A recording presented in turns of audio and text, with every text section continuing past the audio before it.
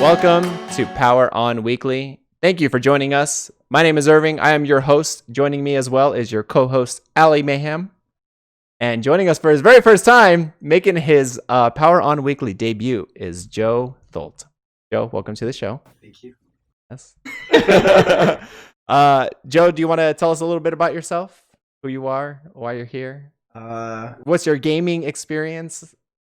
Oof. On the spot. You didn't give me a heads up about this. No pressure. Like, what do people normally say? I don't know, just, they grow up playing X video game, this console, whatever. Like, some people grow out of it, some people come back in. My oldest video game memory is playing Burger Time on the Intellivision. Or no, ColecoVision. No, Intellivision. I had the Intellivision. Wow, the Intellivision. Yeah, and my mom sold it at a garage sale when I was like 6, and I was really mad at her. No. I love Burger Time. We had like 30 games for it. Wow. Yeah, I just remember this big stack of cartridges. I don't know. There's never been a time in my life I stopped playing video games. So. Yeah, even up until recent when you're just playing, 7 Deadly Sins on your iPhone.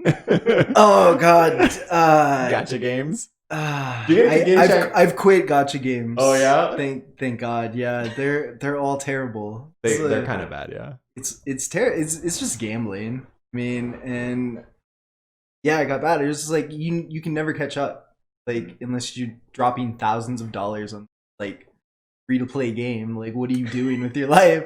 Yeah. It's impossible. So it's like you can't free to play like compete unless you just play 24 hours a day. Yeah, they're pretty egregious. So I gave up. Yeah, I was like, no more gacha games. And actually getting the Switch, like, kind of broke my interest in gacha games. And now I just play stuff on the Switch, which is nice because it's... You pay for what you get. Yeah. I got Terraria for $30, which is like, tons of people were complaining about how much it costs on the Switch, but it's like... Yeah, what the hell? Dude, like, I bought it for $5 on Steam, like, years ago, and that's kind of crazy. They've done so many free content updates. I'm like, I can throw them $30 more. Like, that's true. Unlike Nintendo, where literally Breath of the Wild is still $60 on the eStore. Nintendo game pricing is absurd. Now, Joe, every time we have a new guest on the show, I always ask him a question, and you opted not to hear the question. Yeah, that's true. So here is your question, Joe. If you can erase one video game from your memory to replay and re-experience again, what video game would that be and why? Chrono Trigger. Chrono Trigger, the original? Yeah. What else? Chrono Cross is what he was thinking of, right? Chrono Cross is terrible. Why Chrono Trigger? So I rented Chrono Trigger when I was like 6 or 7. I sleep over at my friend's house. This might be, but you're good. I remember someone had already like started the game. There was a save file already there, and I don't think I'd ever played an RPG before at that point. And I just thought like the art looked cool on the box or whatever, Blockbuster. And so I think it was saved like right before a boss. And so I just played it, and I like spent like a couple hours fighting this boss. I had no idea what I was doing. And I finally beat him, and I thought I had beaten the game. The boss was Yakra. I don't know if you guys are familiar with Chrono Trigger. It's one of the it's like the second or third boss in the entire game. Yeah, it's pretty early in. Yeah. So I rented it, and I was like, wow, this is really cool. Like, and then somehow I learned that wasn't the final boss. There's actually like this whole big game, and I managed to like talk my mom into buying it for me for my birthday or something, and I ended up like. I've never had a game really capture like the same like sense of adventure. Like it's just so cool. You start out in like the modern day, and then your friend's machine like accidentally sends you back in time, and you get stuck, and then like you go to the future, and like the world's destroyed, and like it's just like it's so cool how it's all cohesive, and how there's this whole planet that changes in the different time periods, and how like you collect a party from the different times, and like I don't know, I wish more games explored time travel, I guess, because I think it's a really cool concept, and like getting to see the same space at different eras is really cool, and games just don't do that anymore. And it's like, I don't know, the way you can like, so many of the in-game side quests like are doing something in a certain time period to have it turn into something in another time period. Like when you leave Robo with this woman to like plant this forest, and then you go to the future and there's this big ass forest and you just find him there, like, oh yeah, I've been working on this for like hundreds of years. I don't know, it just was really cool. I've never seen a game that like had a similar narrative and like character. Like that was the last game I can really like say I really cared about every character. I feel like I don't know, like everyone has their own motivation, and it's just I don't know, it feels like games have gotten too complicated. Like they're trying to tell like some like more grandiose, like Avengers level. It's got to have like symbolism and all this stuff, and it's like it's not just about like telling a like good story that's like fun and like engaging. Like it's all about being profound and like, you know, saying something, whereas like back then games were more, I mean, games still had political messages and stuff back then. Like Final Fantasy VI has some politics in it and stuff, but Chrono Trigger is just very like, it's just like a pure adventure game. I guess. Yeah. And, like that's nice. Yeah, that was a good choice. Yeah. I actually really hate RPGs, is what I found out as I was growing Really? up. But Chrono Trigger is the only RPG that I thoroughly enjoyed because the story was so good. It was really fun. Yeah. Like, and I think the issue I had is Chrono Trigger is one of the first RPGs I ever played. So then I thought, oh, I like RPGs. Right. And then so I would try to like, buy RPG. And I always hated, I just didn't enjoy them. But Chrono Trigger is such a good game. I've never gotten to finish it. I like started a game, lost it, bought it again, started it. So I replayed like the same parts like 3 or 4 times. But someday I'm going to finish it. But it was also enjoyable enough that when I like lost my game, I was willing to start over again. Like that's how enjoyable it is. It's a really good game, and I don't even like RPGs. It's paced really well. Like there's no parts in the game that feel like a slog. No. Like every scene is like a good length. Yeah. Oh, I completely agree. Yeah. That game's really, really good. You never played it, right? No, I never did. You've never played it? No. Oh, dude. No, I didn't grow up. You can play. You can play it on like iPad now. Like there's. I did it as there's an iOS version. Right. I did it as a ROM. I downloaded it. I had an emulator. That's the first time I played it, and then that computer crashed, which is why I had to start again. Okay. And then I got it on my Game Boy Advance. Yep. But I can't find that copy. I never got to finish it. I don't think it was on Game Boy Advance. I think it was on DS. Yes. Yeah, but I got it on Game Boy. I started it. I got way further in that one, and then I lost the cartridge. So it's like I keep like not getting. I've never gotten to finish it. Just talking about it makes me want to play through it. Like all the characters are so good. Like like even the villains are good. Like every time period has a villain, and like there's the crazy like Chancellor dude that's actually Yakra, and is like. There's like a trial scene. It was one of the first like game trial scenes, and it's like you actually can have a different outcome of the trial based on like how you handle it. Like you have to find people to present evidence and things, and like that's right. Like how you treated them will determine if you're found guilty or not. Yeah, dude, it's so cool. Good. No, that's funny because my choice is Mass Effect 2. And most of the reason is because of choices and everything that happened through Mass Effect 1, and then you carry over to 3. So like that sounds pretty cool to me. Like that's right up my alley, and you would probably like it. Like I said, because I don't like RPGs either. But like, it's genuinely a good game. It's so good. Like I want to tell you more, but there's like spoilers and like. Well, we'll talk about it. It's cool. Yeah. Maybe we'll buy it. Maybe we'll buy it. It has the best music of like any game ever. It's so good. Oh, there you go. That's Joe's answer. Great answer. Speaking of. Polarizing video games. You just said that that's the only video game that RPG that you actually really liked. Joe, we were texting, and we actually, Alyssa and I were actually talking as well about this very subject in general of just like, it's odd that we find certain video games really fun, but video games that are also similar to those games that we find very fun that we don't like, and then games that you might really like, but I genuinely don't, and vice versa. So that's what today's episode is about. We usually talk about the news and everything that's going on and all that stuff. It's a slow news week as well, and there's some other stuff that did happen, but I want to have this conversation instead. And the majority of the episode is literally just going to be this conversation, which is video game preferences and what makes a video game fun to each of you, and what video games don't make it fun.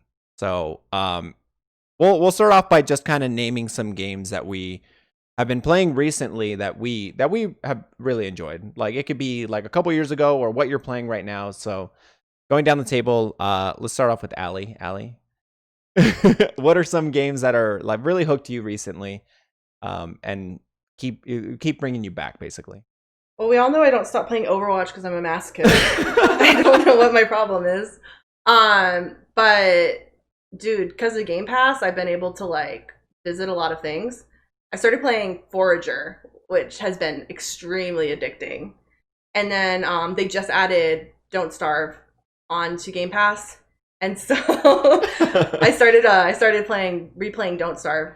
I mean, I haven't really been like going outside of my Overwatch shell too much, but a little bit here and there with those.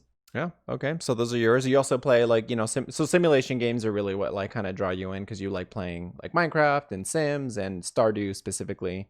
Simulation, and kind of survival strategy and first-person shooters are kind of the three that I'm most into and enjoy. Joe, how about you? Just hearing somebody playing Overwatch is like... Yeah, like what is this, 2016? I'm sick, guys. I'm sick. Yeah. I think the last time I played Overwatch was when like the hamster character came out, and then I was like, I don't know, man.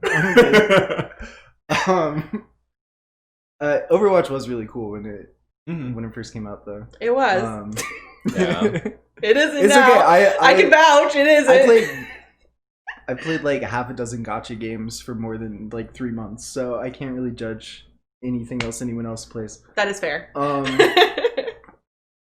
The most recent gacha game I was playing was Exos Heroes, which is a very anime titties game. Nice. Which I'm not into at all. Like I'm those not are the best gacha person. games, Joe.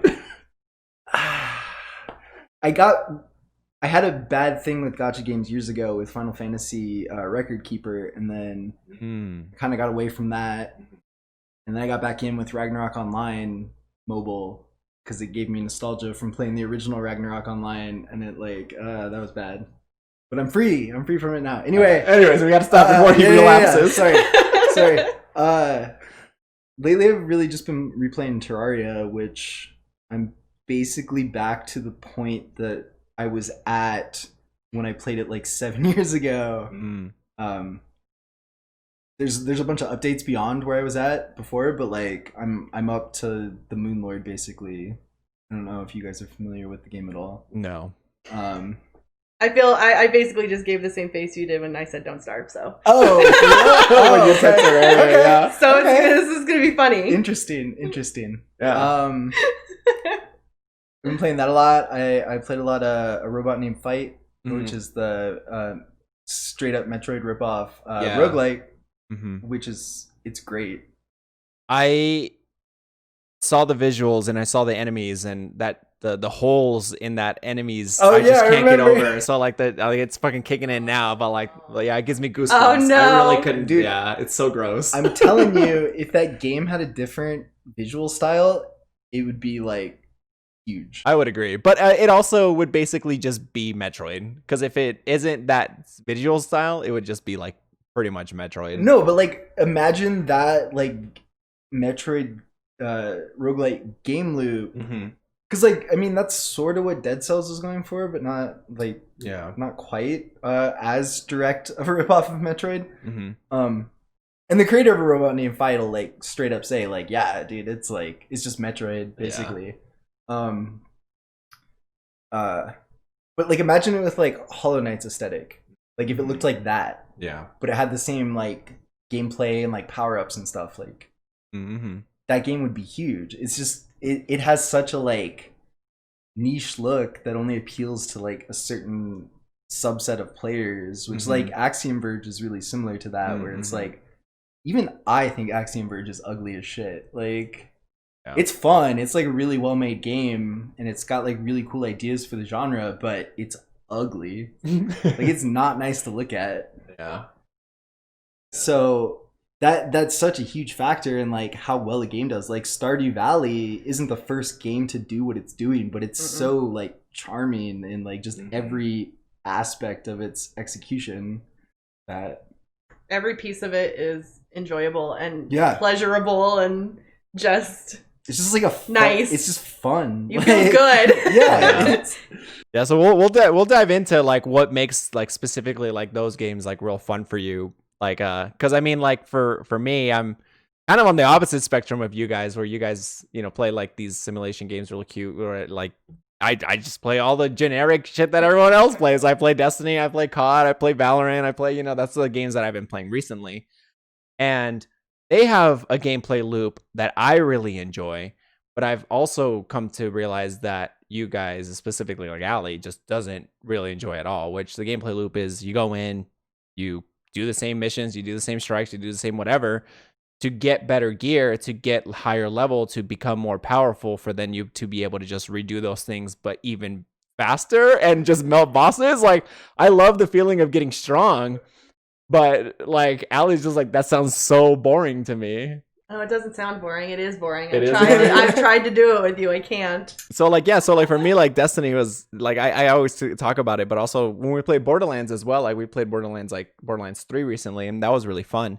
And then when we got to Endgame, you basically just dropped it. I kept going because I like that, chase of just being able to just walk into a room and just like annihilate everything without even like dying. Like, that's really satisfying for me, but it's so odd that like that kind of gameplay loop and that satisfaction that I get just does not draw like any satisfaction for you, Allie, specifically. But so that's kind of like why I wanted to talk about this, because it's really, because like to be fair as well, like I'm not looking to like make any revelations as to like what makes the perfect game, or like what like, oh, like who's right and who's wrong. It's more of just like, this is a really interesting thing that I just want to kind of talk about and just kind of like go out there and just like be like, hey, this is weird. They say get you a gamer girlfriend or a gamer boyfriend, but no one ever talks about the details of if you don't like the same games, it's meaningless. Yeah. It's fucking pointless. That is funny because I played with my cousin recently. We were playing Valorant, and he was talking to his friend that he was on our team, and he was like, "Oh yeah," he's like, "This is my cousin. His wife is a gamer too. They play video games, and he's like, dude, you're so lucky. That's the dream, man. That's so cool." And it's like, yeah, but I mean, we haven't played a video game like in a really long time. Like, I mean, we play Overwatch occasionally here and there, but at the same time, because our interests are so polar opposites, that it's kind of hard to play games together nowadays. So yeah, no, for sure. Yeah. I mean, one upside at least is that you don't like. It's hard playing video games as an adult in a relationship when one of you thinks video games is like for kids and a waste of time. Yeah. Yeah. And then they're like, why do you do this to decompress? Why don't you do this instead? And it's like, so you are lucky in a sense. Like, there's an understanding there. Yeah. You're at least not like getting shit for playing video games. No, because we know people that, many people who get that from their significant other, and it's annoying. Yeah, and it's more or less like, it's like, well, yeah, like it goes back into like, well, I get satisfaction out of this and you don't, but at the same time you get it out of this. It's the same thing in a way. Yeah, So that's so, because we keep talking about how like these like video games in general, like especially like for you, like you draw parallels to like real life, like why the reasons why you like certain games is because they kind of draw parallels to like why you like certain things in real life, which is like Allie loves finances. Like she loves like, digging in and like being able to like be like, I want to make money, or like, like let's plan out what's it called or whatever it may be. And Joe's cringing over here for sure, but like Allie loves that. And there's reasons. That's good. Someone's got to love that. I know, because I sure as hell don't. Yeah, get yourself an Allie, everybody. I got it, y'all. I got it. I hate paying bills. I wish I had somebody to do that. Oh, I like it on auto pay. I just seeing the, but just like making somebody a plan, who actually like enjoys like understanding what's happening. Like, I wish I did not have to think about that at all. Oh, see, I love stocks. I love figuring out how I'm going to make more money. Oh my gosh, I've like been working on our IRAs. Oh, but I didn't think I would ever enjoy this stuff, if I'm being completely honest, because I'm not a math or numbers person. I'm surprised. But I like it. I like it because I like security and stability. I mean, that's how I get my security and stability in life. So it makes it like an enjoyable experience. But then like what he's going at is like there's parallels though as to like why I like simulation games. Like I think actually tying the finances into a game that I never thought I would like is City Skylines. Oh my gosh, you're right. It's the most adult, boring sort of game, and I just did it on a whim. I hate it. Yeah. And I was like planning a city. I was planning my finances. And honestly, 10 years ago, I would have hated this game. But like, it draws the same like satisfaction of like in real life. I know, and it's weird because like 10 years ago, I would have hated it. But like as I'm getting older, I was like, oh my God, I played City Skylines for like a week, and Irving was like, all right, it's 3:00 in the morning. I'm gonna go to bed. And I'm like, okay, I just gotta like finish this neighborhood. Like, and it's like weird things you wouldn't think you would like, but it like drew the same sort of like. My roads are too congested. Yeah. Oh my God, the congested roads. I need to fix this. Then you have to build a bigger one. You gotta get on it. Yeah. No, and it's one of those really weird games that like 10-year-old me would have been like, what the fuck? 20-year-old me, what the fuck? But I'm like 30-year-old me. Loved it. So based off of what we've kind of just talked about as far as like the games that you do like and don't like, let's kind of compare like the reasons why. So you said that you like Terraria, but Allie hates Terraria, but she loves Minecraft. I don't hate it. Well, no, but she didn't get the same enjoyment, but she loves Minecraft. But you I hate don't Minecraft. Same thing with like, Don't Starve, and I think you said another game as well. Forager. So what's funny is those are all in the same family. Right. Yeah. Have you ever played Forager?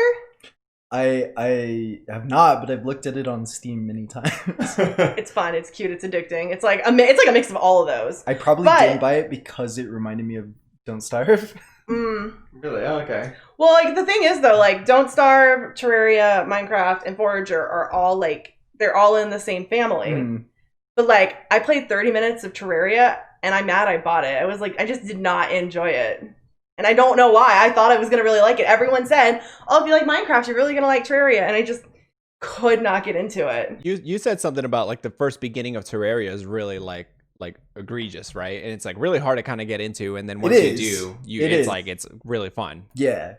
Do you think that's why? Or do you think there's something else besides that? I mean, I've definitely like seen a lot of people say that they didn't like Terraria the first time they played it, and then they like gave it another chance just because they already bought it and like played it for like 2 hours and were like, okay, I get it now. Because it's like basically you don't understand the fundamental like gameplay loop until you have like all the gathering tools. Yeah. And that takes probably an hour or two to get everything like built. At least metal tools. Like you can make wood tools pretty like I can't remember, I literally just did this like 2 weeks ago, but I can't remember the first steps of it. Yeah. But it's like what's cool about Terraria is that the world that you create when you make it is always that world, but it changes so many times as you progressively do things in it. So it's like it has this very clear progression system. So like all the tools, there's like you get wood, then you get iron, then you get gold, then you get platinum, like whatever. Like there's you're always upgrading your tools. And like what's cool is like you can see like, oh, these blocks used to take me like 4 hits to mine, and now I can just like power through like the hardest blocks in the world now. And it's like it's still the same world that was created when I first started playing it, like because there's areas that are locked off until you beat certain world bosses, and like there's stuff that gets added to the world. There's new ores that get added to the world when you beat so there's pre-hard mode, which is just the basic world, and there's 3 bosses, and then there's the final boss of pre-hard mode, which you have to drill down to the very bottom of the world into hell. And it's called the Wall of Flesh. You beat the Wall of Flesh, and it makes the world hard mode now. Like, once you've beaten the Wall of Flesh, the whole world is hard mode. So there's new enemies, there's new ores, there's new bosses that appear. And, like, Then there's mechanical boss versions of the original 3 bosses. You beat those, and then there's a boss called Plantera in the jungle that spawns. You have to like make an arena in the jungle to fight Plantera. You beat Plantera, you get a key to the temple in the jungle, which lets you fight the golem. And then you beat the golem, and you can summon the Lunar Lord with the dungeon, because there's a dungeon area. And every world has these features. Every world has a dungeon, it has a temple, it has a jungle, it has a snowy area, it has sky islands. Okay. Like, whether it's a small world or a large world. And it's like you just progressively like dominate the world like that you started in. Like, you couldn't do shit. You're just like you have a little stick. And like now I have a UFO I can fly around, and like a laser drill, and like it's just so cool, like getting to like have that playground and like progress through it and like see how. And there's different class approaches. There's summoning, there's ranged, there's melee, and there's magic, and you can specialize in any of those or like combine them. So it's like, I want to be a magic user, so I should farm this boss until he drops this item, and then I can like beat this area. And like it's just, there's always like a clear thing to focus on to get to the next point. Okay. And do you think that's why you don't like Minecraft, because it doesn't have that? Yes. Okay, That's too freeform. because because Allie asked, like, she's like, why don't you like Minecraft? I'm like, there's literally There's like no purpose. besides like going to the Ender or whatever and fighting the Ender Dragon and all that, and which I know that of, like, you know, And that's all added stuff. Yeah, it didn't but like used to have that. no, for sure. And like for me, that sounds way funner. Yeah, dude, it's like, awesome. than Minecraft in general, where you're just like, you get thrown into a random generated world where you may or may not get lucky as to how quickly you can progress through it. And like, yeah, that doesn't really seem fun, just to like have no clear goal except for just either building or getting new materials or learning how to craft and do all these like enchantment and all this other stuff just to get to a boss that like people have sped run in like 30 minutes basically, like just to get to the Elder Dragon. So, and that's really, as far as I know, the only like actual end game or end like goal of Minecraft, right? As far as I know, yeah. Because like you're constantly advancing in Minecraft, but like towards what end? There's no like, who cares? Yeah, and that's all. I think that's also why I didn't really like Don't Starve. Also didn't grasp. Is that why me you as also well. don't like Don't Starve? Similar. I don't know why I didn't like Don't Starve. You I just didn't like it. didn't like it. So why is it that you like Don't Starve, Allie? See, I like the idea of no end goal. So I think that's why I like these other games more, because it always gives me something to work for in like a different way. And I sit there and I set my own goals, I guess, if that makes sense. Okay. So like, if I want to focus on like building a farm in a world in Minecraft, like that's going to be my focus. I'm going to learn this skill and then learn how I can take this skill to apply it into mining. And like, I totally see like why, like there's no end goal, some people might not like that, but I think I like the endless possibility. And then too, like, I'm not as big of a person into stories in games. I don't care at all about stories in Yeah, games. but so like also like, so it makes me more open to the idea of like not like I guess I like, what is it, like the idea of play what is it, sandbox. I like sandbox style games because there is no end, there is no goal. I can focus on what I want to focus on instead of having to, I have to hit this mission or I have to do this one thing. Like obviously there are, like in Minecraft, like if I want to mine a diamond, I need to have a specific metal. But like if that's my goal, I can make that my goal. I want to find diamonds. So okay, to find diamonds I have to do A and B to create C to end up at D. So like I like the flexibility of it. It's kind of exactly what you said. I what you don't like is what I do like, ironically. Even though the games are, which is funny because the games are in the completely same family, but they have different. I think it's because what ends up happening is like you see the similarities between games, and then you're like, oh, that's just a what's it called, clone or whatever it may be. And it couldn't be further from the truth, you know. Like I want to say like the best example now is like Genshin Impact versus Breath of the Wild. Everybody like compares the crap out of those two games. Because I played like, Genshin Impact. You play it? Do you like it? I did. No. Oh, okay. I include that in my gacha games that I have abandoned.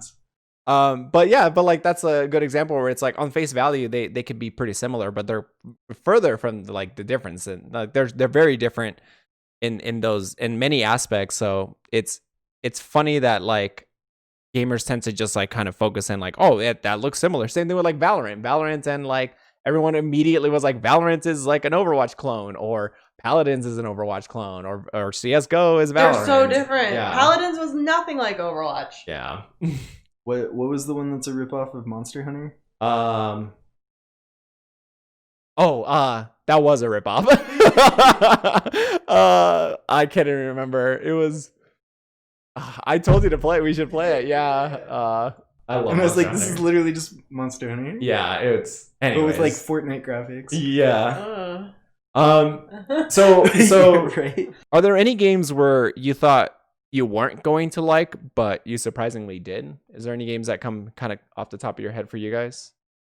Like for me, I played the original Dark Souls, and I hated it. I was just like, I don't understand it. Like this is like so hard and bad, and like the controls suck and all this. Like this game sucks. The game is bad.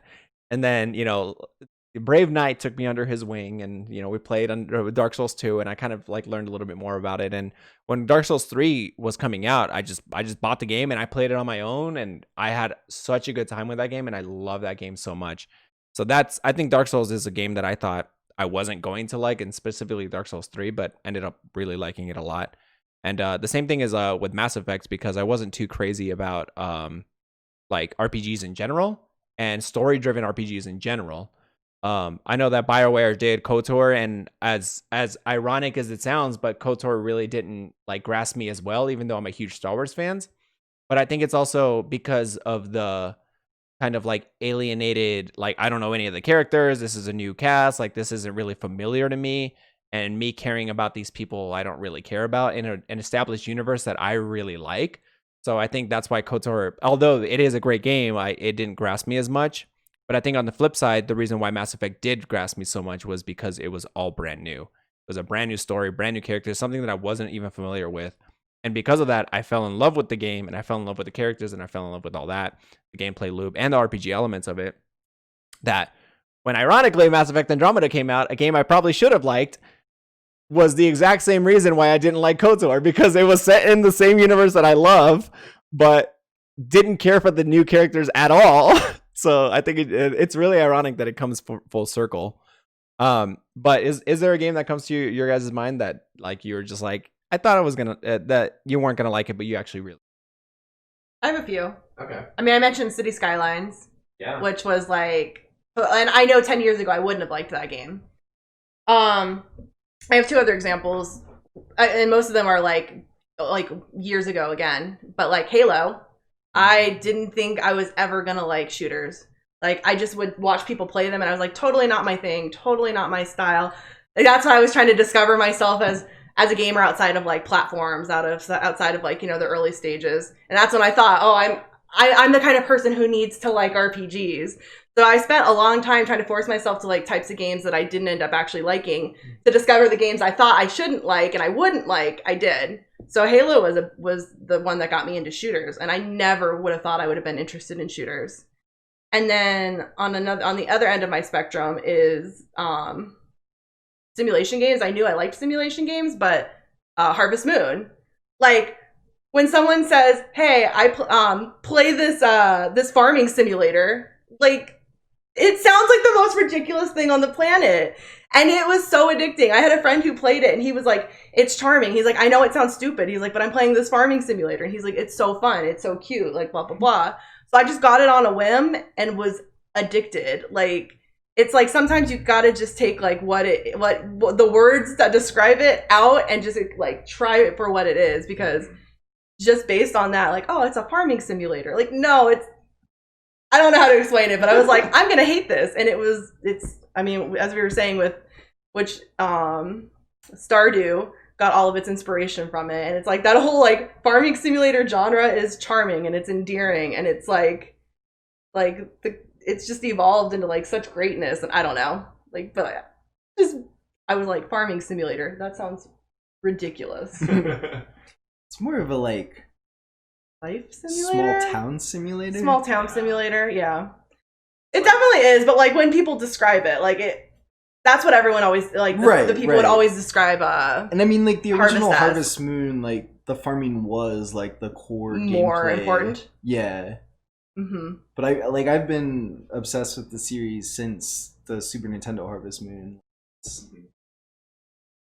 Yeah. Yeah, see, I didn't play it that early. I started with Friends of Mineral Town on Okay. Game Boy, but my friend had played, I think, the 64 one, and he that's the one he was like playing it, and he was like, "You should try one of these games. You'd really like it." And I was like, "No." The Super Nintendo one, when it gets to the end of the night, you don't automatically fall asleep. And there's a hot spring you can access as early as the first night. Oh. That restores some energy. So I literally spent like hours clearing my entire farm on the first night. Oh my god. By running to the spring and coming back and like clearing stuff, and then like you could do that, and then they basically made it impossible. Yeah, it's impossible to do now. All the Fallout games, but like, so I've always been into that. Like, I don't know why it's fun, because Harvest Moon has that progression where it's like such a pain in the ass to grow crops when you start out, but then eventually you get like, I mean, in the original Harvest Moon, it was like you got the sprinkler, and it was like so exciting because you're like, oh, I can water more than one square at a time. Like I don't know how you are about language. But I'm not there. Okay. But like what's great about Stardew Valley is that they've really like expanded on that, and like you can do automatic sprinkler systems and have like this whole like self-sustaining farm. Yes. So like you can do all the farm stuff without like having to devote your whole game to it. Yeah. Like without spending like a literal hour like just like planting individual crops. Like you start out with that, but you can build to it being self-sustaining. Yeah. Exactly. Dude, Stardew like took Harvest Moon and just like made it even better. Like they took everything that was annoying and made it fun. Yeah. That's what I was actually like on another episode. We were talking about how they re-released Friends of Mineral Town on the Switch recently. Oh, did they? And I said like that was my favorite. That was one of my favorite games when that came out. But I would not. Yeah, I wouldn't rebuy that game just because like it's like a literal like nice updated copy, but it's still got all the same issues. And like the person behind Harvest Moon has just done, or I'm sorry, behind Stardew has done so much to take everything that was amazing and charming about that and just make it so much better and more playable. Yeah, the whole quality of life of they made the quality of life so much better. Yeah, you just can't go backwards. Even though I loved Friends of Mineral Town. There should only be parts of a video game that are tedious if there's a way for you to like eliminate that tedium eventually. At some point. Yeah. With the amount of work and effort you put into it. Yeah, absolutely. Like if it's always that way, like you always are grinding, like then it's like then you can't do anything else. Not good game design. No. And that's Joe, things they learned as they went on. Oh, absolutely. Like like it's gotten, the quality of life has just gotten better and better. So and the question, honestly, the only game I can even think of that would really apply to, because like I try games that I don't think I'm gonna like a lot, and then I don't like them, and like I don't know. I guess I've got a good like instinct for what games are like my type of game. It's very rare that I've a Joe game. Yeah, like I just don't buy games that I know I'm not gonna like. So like, honestly, Terraria is probably the best example of that, because when I bought it, it was like Minecraft was a couple years old, and I'd played it a little bit, didn't get the appeal of it at all. Like, thought it was ugly, thought it was pointless. Like, and then Terraria was like, well, I like the pixel graphics more than the like 3D pixel graphics. The bad 3D. Like I will always prefer like stylized pixels over like crappy polygons. You know? Like, but now RTX, you can have RTX on, and I hate the visual style of Minecraft. I hate the little block people. Like it looks dumb. Like I get it. I didn't like it either. It doesn't appeal to me at all. And like, so I was like, okay, I'll give Terraria a chance. And I think I played it for like an hour or whatever, and I'm like, okay, whatever. And then I went back to it and played it again, and it's like you realize that it's a boss fighting game, and like everything you do is basically like, how am I gonna beat the next boss to get like the cool stuff to like, so I can like fly around and like shoot lasers and like do all sorts of crazy stuff. Yeah. It's fun, dude. That sounds cool. Yeah. Yeah, it's really fun. Dude, that's kind of like why I think I like Destiny so much is because it's a boss rush, but I wish it would do it to that extent where you're like and they kind of do with like each expansion. Like every expansion comes out, you have to get your light higher up because the raid is coming. And if once you do, like, the raid is like the hardest thing in the game to do. And like, you know, you struggle so hard to get through the raid with 6 people and all that work, coordinate and all that stuff. So in a way they kind of do that, but they don't. It's not in like one play session. You have to like wait till the next expansion comes out. The reason I don't like that progression system in MMOs is because like every time there's a new expansion, it's like the easiest enemies in that expansion drop stuff that's better than the in-game stuff from before. Yes. Yeah. That's frustrating. That is. Yeah. Because like right now, like Beyond Light's about to drop in November.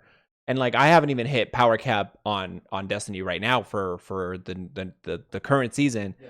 But I know it doesn't even matter because as soon as the new expansion comes out, I'm getting blues like that are going to be so like that, and I'm just going to get like super high up.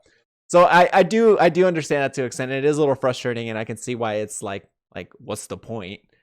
But yeah. The way that Terraria kind of bypasses that feeling is that you're always experiencing the early game content.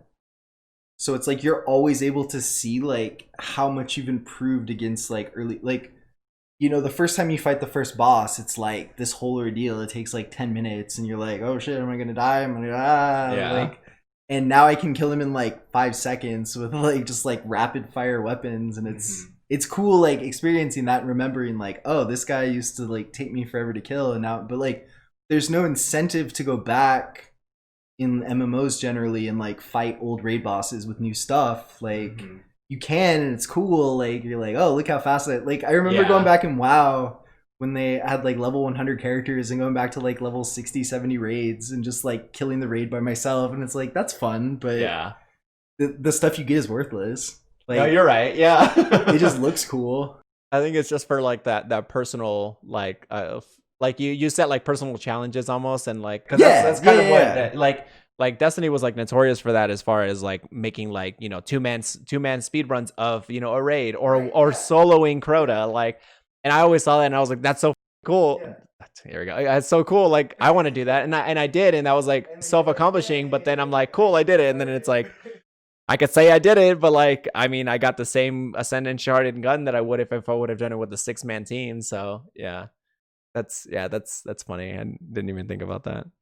Okay, so you know what I'm working on right now and trying Okay, so you beat the plant boss in the underground jungle, and then you go to the dungeon and there's these moon cultists that have spawned. You kill the 4 moon cultists and shatter this like little like tablet they have, and then the lunatic cultist spawns and he's a boss. And I haven't been able to kill him yet, actually. But once you kill him, it spawns 4 pillars in the world of different elements. And then you have to go to each pillar, and I think you have to kill like 100 enemies because they spawn new enemies around each pillar. You have to kill 100 enemies, and then it removes a shield from the pillar. Then you have to go up and fight the pillar. You have to destroy all 4 pillars. Once you destroy all 4 pillars, you can summon the Moon Lord. The Moon Lord was the original final boss of the game. Now there's another boss after that, I think. Maybe Moon Lord's... I don't remember. There's other bosses that have been added since I last played, but it's like, it's just... I don't know. It's cool how it just like adds all this stuff to the world, and there's like... Yeah. And like each element drops new materials and new weapons and stuff, so you can like experiment and like figure out like different loadouts and stuff. You should play it. Just try it, dude. It sounds very anime in the sense of like there's always like it's the Dragon Ball Z of it has like a very good sense of humor about itself, and where it's like it's a legit challenging game. Like the bosses are hard, but like the weapons are like designed to be fun. It's not just like number increases. It's like, oh, this weapon, like there's a weapon called the Golden Shower that shoots like a pea stream, and it lowers the defense of anything it hits and makes them soaked yellow, and like it's yeah, dude, you gotta play it. It's so fun. Ironically, I bought Terraria, but it sounds definitely more like something you would enjoy. I feel like you should try it again though. Like you have to go till you get like iron tools, and if you still don't like it, then you probably won't like it. But Give it a if second. it like grips you at that point, then like Keep going. Okay.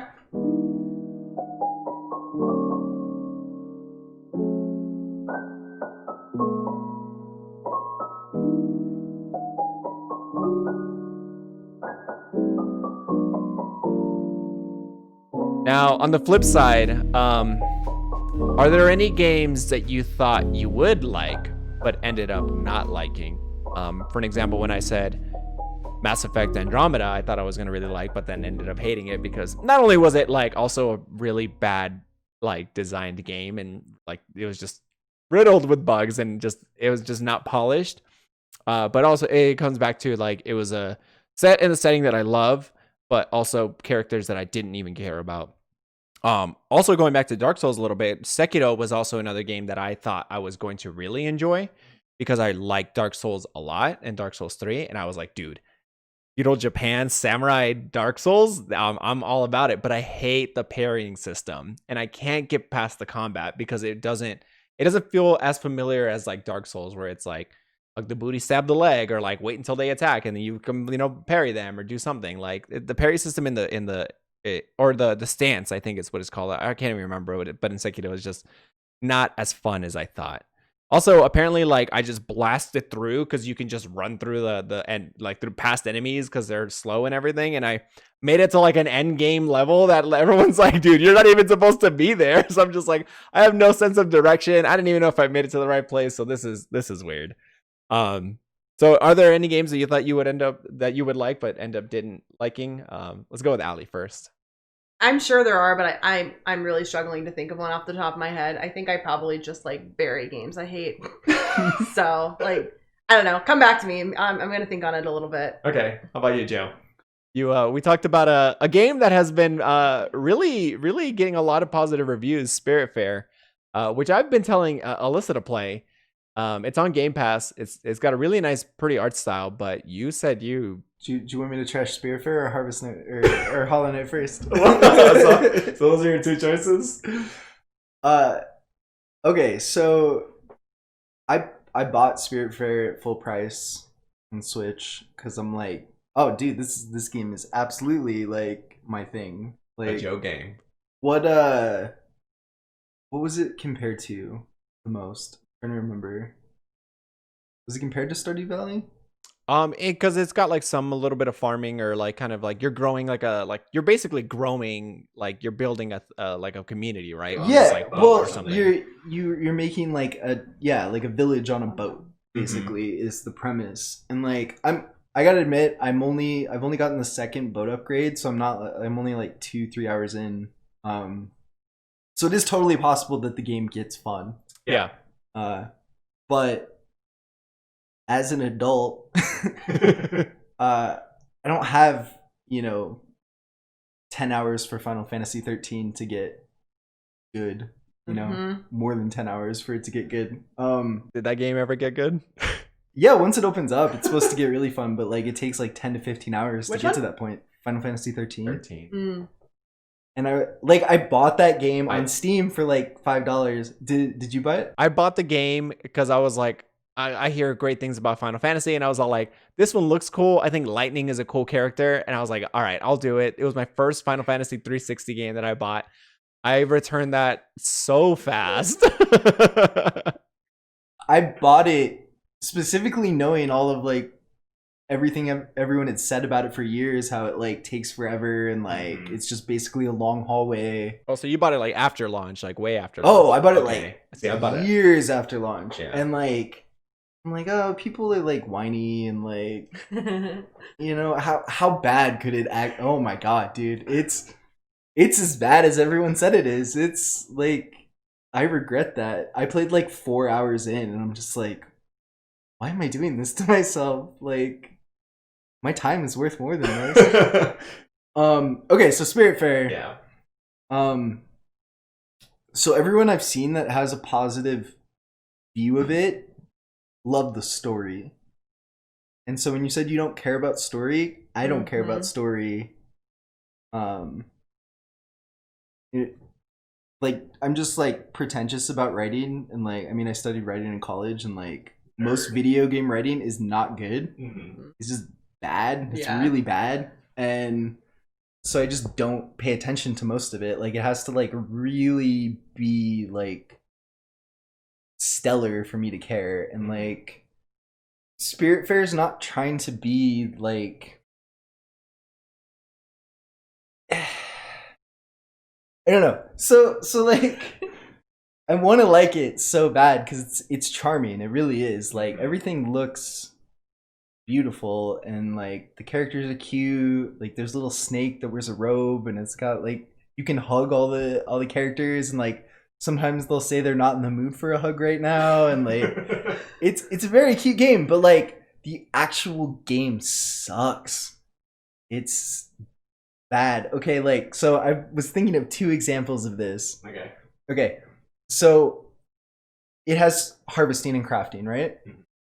So when you saw a tree down, you have this little belt buckle that's like this glowing medallion, and it turns into tools, which is kind of cool. So it turns into a saw, and then I think it's your cat grabs the other side of the saw, right? This all sounds very charming. It's like, so to saw a tree down, you have to press the thumbstick back and forth to do the sawing motion, right? Yeah. But like, why? What does this add to the game? Because it's like, there's no minigame element to it. It's not like you have to saw it in a rhythm or something. Yeah. There's like, if you saw it like perfectly, you get more resources or something. That would be cool. It doesn't do anything like that. It's just, you just press the button back and forth. I'm like, how is this appreciably different than like if I just pressed X and it auto sawed it down? Like, I'm not. It's like busy work, and it's like trying to like make it seem more engaging when it's really, you're just pressing a button and an action's happening, and it's like, no, actually you're making it happen, doing it because you're doing it, and it's like, well, why though? Like chores, like yeah, it's like, why do I have to move my thumb back and forth to saw the tree down? Like, it doesn't make me feel more engaged with the game. And then the other one that just, so to get resources, you have to sail from location to location, and pretty much I mean, I guess eventually you can probably like busy yourself with like the people in your town. But where I'm at, I only have 3 people on my boat, so there's not really anything for me to do with them yet. So you're supposed to fish while you're sailing in between locations, because it takes a couple minutes. The Wind Waker. It reminds me so much of the worst parts of Wind Waker. Oh man. It really, like, I'm like, why? Okay, so here's my beef with the fishing. Like, I don't like fishing minigames in general. Okay. I think they're usually just like kind of like boring, and I can't think of a fishing game that I was like, wow, that was a really fun fishing game. Yeah. But like, okay, so generally in a fishing game, like, it's got the typical where like you press the button to like pull, tension increases, your rod turns red. If you don't let go in time, it breaks. So you have to do like the back and forth, right? So sometimes you hold it down and it just like immediately pulls the fish in. Sometimes you have to go back and forth like 10 times for one fish. And it takes like 30 plus seconds of like, just like, okay, back and forth. The first time I caught something with the back and forth, it took like 8 or 9 times. And I'm like, okay, well, at least maybe I like caught a rare fish or something.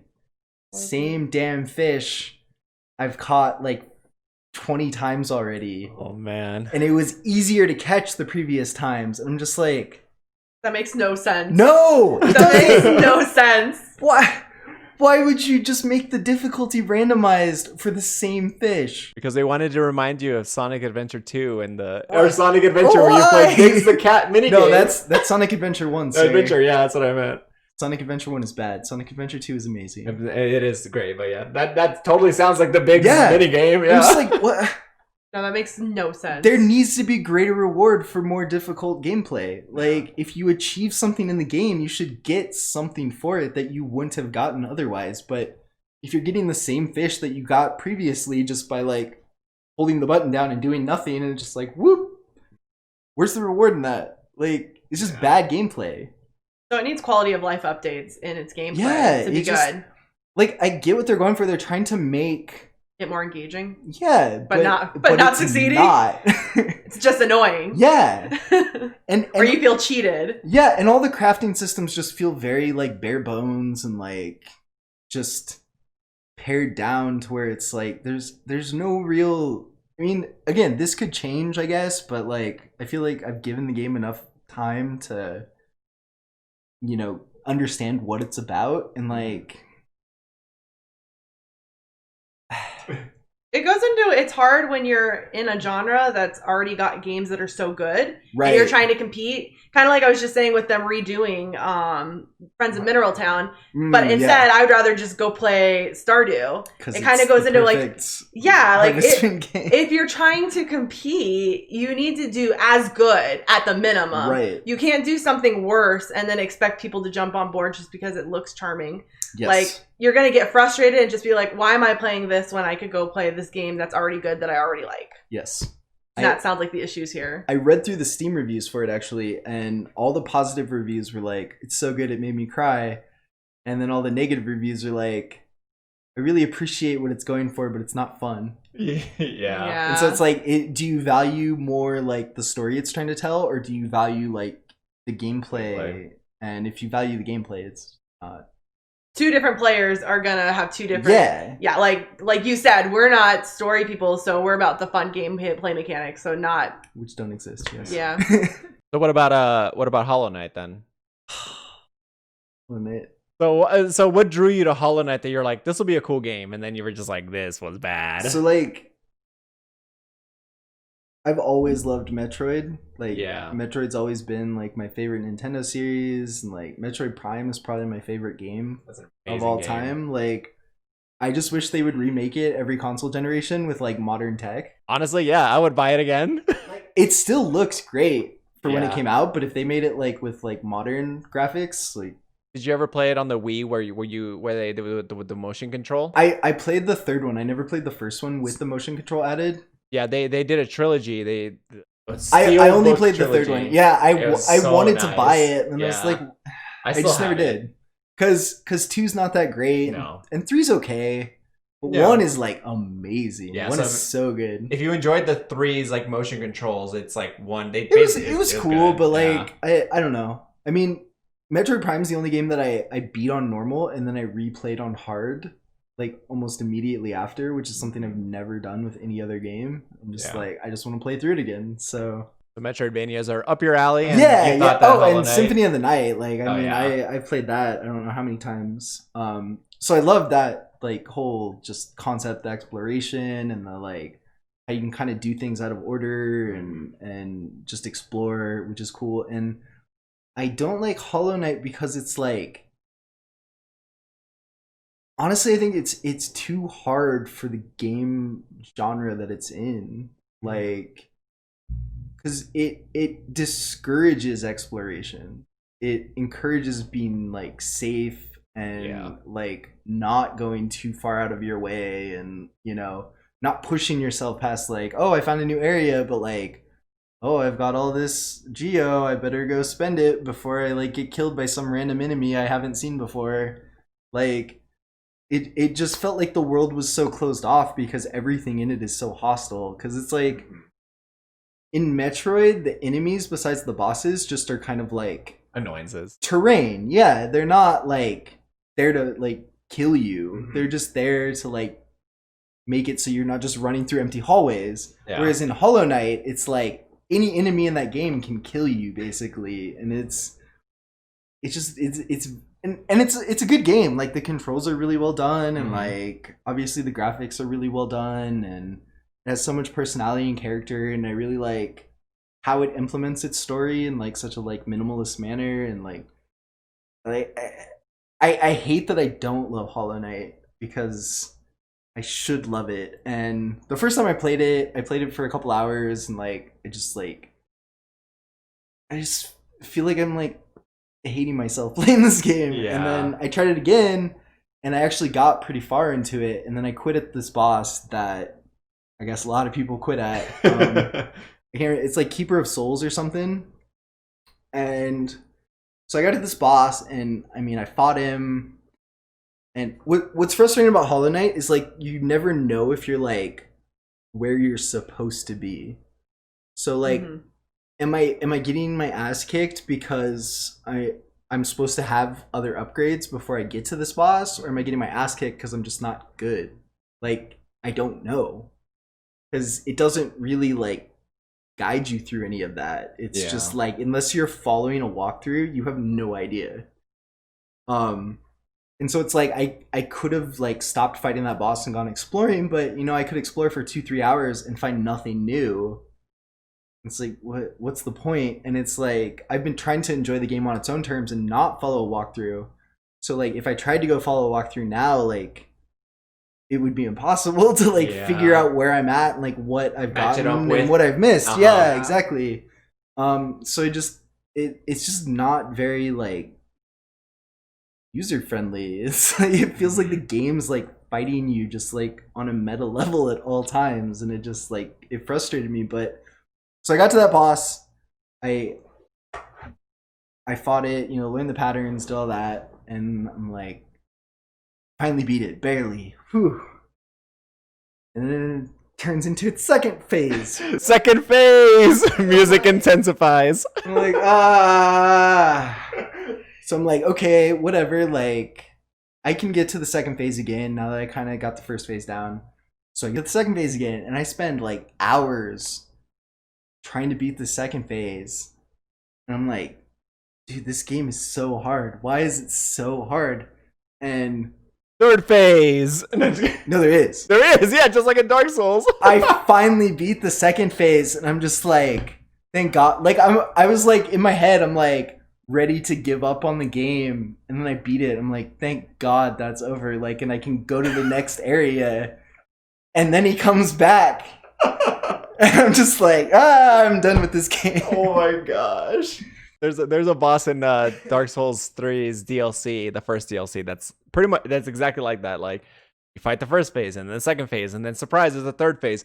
But I think the difference between that is because after you beat that boss, like, that's it, you're done with the DLC. Okay. But you're like, after that boss, you got more stuff to go. And I don't mind like DLC bosses that are that difficult, but like, this is a main boss, like, I don't know, maybe like half of the way, 2/3 of the way through the game. Like, more to go through. Yeah, there's like whole areas I haven't even unlocked. This is it's an like, end game. Yeah. This is mid game. I'm just like, why? Like, why does this boss have to be that hard? If you have to have multiple phases, like, make the first phase easier. Like, it's so frustrating. I think that I had the same issues with that because I was like, I wanted to really like Hollow Knight. I love the aesthetics. I love the art style. It's very charming. I love like, I did like the Souls like kind of like feeling where it's like, oh, you don't know. But yeah, it's almost like it gives you too much anxiety where it's like, anything can kill me at any time, and the moment I move into this new screen that I've never been before, like, there's gonna be an enemy that's just gonna like maybe two-shot me, or a ranged person, or if I jump and like something hidden off screen is then gonna hit me, knock me down, and I die, and then I have to go back, traverse through everything to make sure that I get my gems. Yeah. That's the other thing I don't like about the game is the money system, because like, I don't think Metroidvanias should, if they have a money system, it shouldn't be like a key component of the game itself, because like, it shouldn't be like a viable gameplay plan to just like go back and forth on the screen and kill the same enemy over and over again to like collect money to buy all the stuff, like, so you don't have to worry about dying and losing it and not being able to buy it later. Like, that's not fun. But but every time you die, you drop like all of your money and you can't get it back. The other issue that I also had with it, with the money system in general, is that like, I'm like, I don't know, I'm like, I got to go back and I got to spend these money, like, before I lose them. But then when I get there, I'm like, do I get maps? Do I get like an upgrade? Like, I don't know what is the right move to make. And it doesn't leave a lot of like room for like making like tiny mistakes, because it's like, you make a mistake, you spent a bunch of money, and like you get an upgrade that you don't even care for or whatever. And that actually really was another reason why I was just like, no, this is too much. This is too much like pressure. And that sounds like for a game like that, but like seriously, it's really brutal. So I agree. Yeah. The only time I think in a game, like a Metroidvania game, where you should be killing the same enemy over and over again is if there's drops. Like in Castlevania. Like if you're farming drops. Like that's cool. Because that's like a thing. Yeah. There's a reward. Like just picking up the little money it drops is not like rewarding at all. No. Sure. There's no like dopamine spike when you get that item you've been farming for the last hour. It's just like, okay, I guess I got enough money to buy stuff. Yeah. And then I die on my way back to the surface. So whoops. Ali, has any game came to mind? No? No, I'm blanking. I know there's something out Just there. say you hate but Hollow Knight. I also hate Hollow Knight. The only thing I can think of that kind of comes to mind, but I didn't actually play it, that I thought like I feel like I should really want to play this and I don't, that's recent, is Ooblets. Yeah. That's on Game Pass, yeah. It's like it's another like kind of farming town simulator. But like I'm like, every time I like people like bring it up and I see people like I watch people play it and I just like cannot get into it. I think someone made like a really good comparison. It's like Stardew meets Adventure Time. And I'm not really into the whole Adventure Time humor and kind of like aesthetic. And it's like I'm a really quirky game. Like it's like the annoying quirky girl kind of thing. And I don't know. But like I never played it, so I can't say like I hate it, but I was like, I should be interested in this, and I would watch people play it, and I was like, I'm not charmed. I'm kind of just irritated that this is like totally the type of game like that everyone was like, oh, this is totally a game that you'll like, and I'm like, Yeah, because it's also kind of like a like Pokemon kind of thing, where like a battle system, but instead of battling, they dance. It's odd. Yeah, it's Pokemon meets like Stardew with like Adventure Time kind of like style and humor, and it's like very like the audience it's going for will like loves it, but it's like very quirky and it's just I don't know. But I know that there are games I played that I was like I should like this, but I can't think of anything. That's the only thing I can think of, but I think it's because it's like that game just came out. Yeah. Well, unfortunately, we're out of time. So it's a good thing I don't have anything. I want to know what draws you towards video games. Let us know in the comments below. Answer all the questions basically that we went through, which are, what games are you consistently playing? Why do you think those games kind of draw interest into you? And maybe there's games that are similar to it that you're like, that doesn't really like draw me in as much. Kind of have these like internal conversations with yourselves. This isn't like therapy or anything, but like, I think it's an interesting therapy. It's an interesting kind of like topic that I really enjoyed this conversation and kind of picking at each other's brains and be like, that's interesting. Oh, I would like that. No, actually, I think that's kind of boring. So let me know in the comments below what you guys think, and we will see you guys next time. But I hope you guys enjoyed this episode. Joe, thank you for joining us. Thanks for letting me talk. Yeah. Now, be quiet for the rest of the night. Have a good night, everybody. Take care.